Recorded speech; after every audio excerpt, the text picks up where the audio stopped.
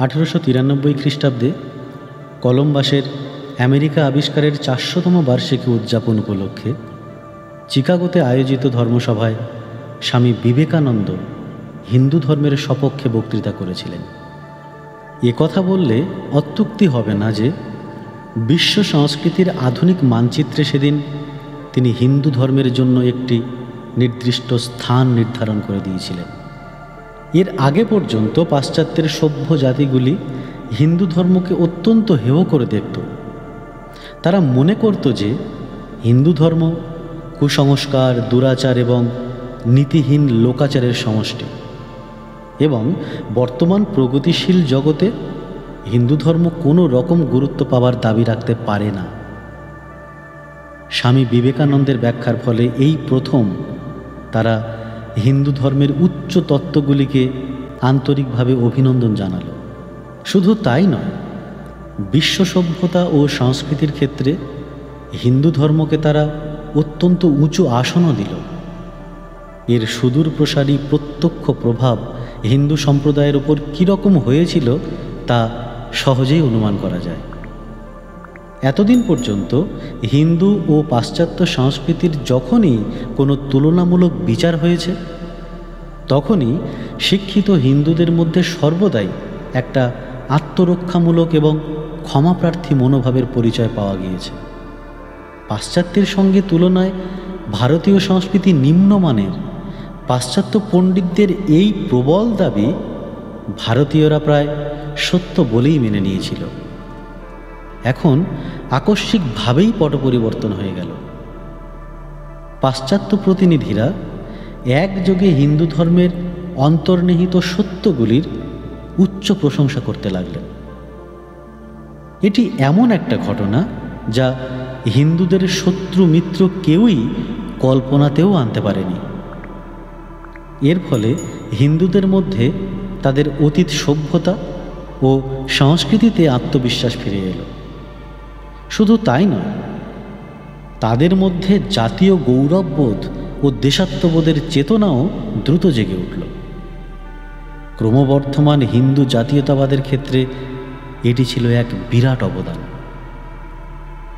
ভারতে ফিরে এসে স্বামী বিবেকানন্দ প্রচার করলেন যে আধ্যাত্মিকতাই হিন্দু সভ্যতার ভিত্তি। তাঁর লেখায় ও বক্তৃতায় তিনি দেখালেন মানবজাতির কল্যাণের জন্য ভারতের আধ্যাত্মিকতার মূল্য ও গুরুত্ব পাশ্চাত্যের জড়বাদী সভ্যতার চেয়ে কোনো অংশে কম নয়। যদিও পাশ্চাত্য সভ্যতার সমৃদ্ধিকে খুব বড় করে প্রচার করা হয়, এই সভ্যতার সমৃদ্ধি আমাদেরও চোখ ধাঁধিয়ে দেয়। তিনি অক্লান্তভাবে চেষ্টা করে গেছেন পাশ্চাত্যের চাকচিক্যে হতবুদ্ধি ভারতীয়দের দৃষ্টি তাদের নিজস্ব আদর্শের দিকে ফিরিয়ে দিতে। পাশ্চাত্যের সাথে তুলনামূলক মূল্যায়নে তিনি হিন্দু আদর্শ ও রীতিনীতির শ্রেষ্ঠত্ব দাবি করেছিলেন, আর দেশবাসীকে সচেতন করে দিয়েছিলেন তারা যেন সোনার বিনিময়ে রাং গ্রহণ না করেন। তাই বলে বিবেকানন্দের কিন্তু পাশ্চাত্যের বিরুদ্ধে কোনো গোঁড়ামি ছিল না। তাদের কৃতিত্বের সম্বন্ধেও তিনি যথেষ্ট সচেতন ছিলেন। তিনি খোলাখুলি স্বীকার করেছিলেন যে ভারতীয় সংস্কৃতি একেবারে ত্রুটিহীন বা নিখুঁত নয়। পাশ্চাত্যের কাছে তাকে অনেক কিছুই শিখতে হবে, কিন্তু তা কখনোই নিজস্ব বৈশিষ্ট্যগুলির বিনিময়ে নয়। স্বামী বিবেকানন্দের মধ্যে একজন মহান সন্ন্যাসী ও নিষ্ঠাবান দেশপ্রেমিকের সমন্বয় ঘটেছিল। ভারতের জাতীয় চেতনার জাগরণে তিনি নিজের জীবন উৎসর্গ করেছিলেন। আজও তাঁর অনেক প্রাণস্পর্শী আবেদন ভারতের জাতীয় চেতনাকে তার মর্মমূল পর্যন্ত আলোড়িত করে। ভারতবর্ষের আধ্যাত্মিকতা সুপ্ত হয়েছিল শুধু, কিন্তু একেবারে অবলুপ্ত হয়ে যায়নি। বিবেকানন্দের মনে যে চিন্তাটি সর্বক্ষণের জন্য প্রধান হয়ে উঠেছিল সেটি হলো সাধারণ মানুষের মধ্যে সেই আধ্যাত্মিক সজীবতা ফিরিয়ে এনে ভারতবর্ষকে তার অকৃত্রিম অতীত গৌরবে পুনঃপ্রতিষ্ঠিত করা।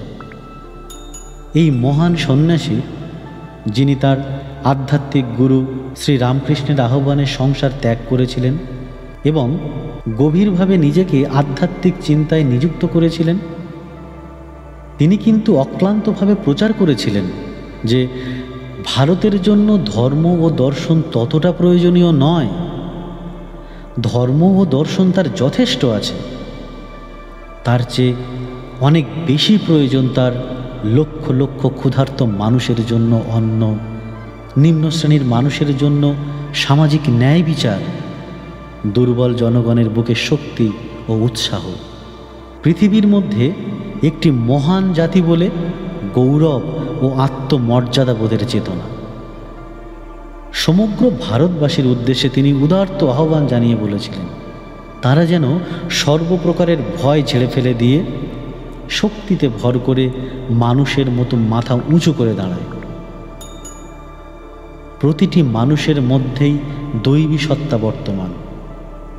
বেদান্তের এই শাশ্বত সত্য তিনি তাদের স্মরণ করিয়ে দিয়েছিলেন। এই মহান সন্ন্যাসীর উপদেশ ও আদর্শ জাতীয় জীবন স্রোতে নববেগ যুক্ত করেছিল, নতুন উদ্যম এবং আশার সঞ্চার করেছিল এবং দেশবাসীকে ধর্মীয় সাধনার স্তরে উন্নীত করেছিল।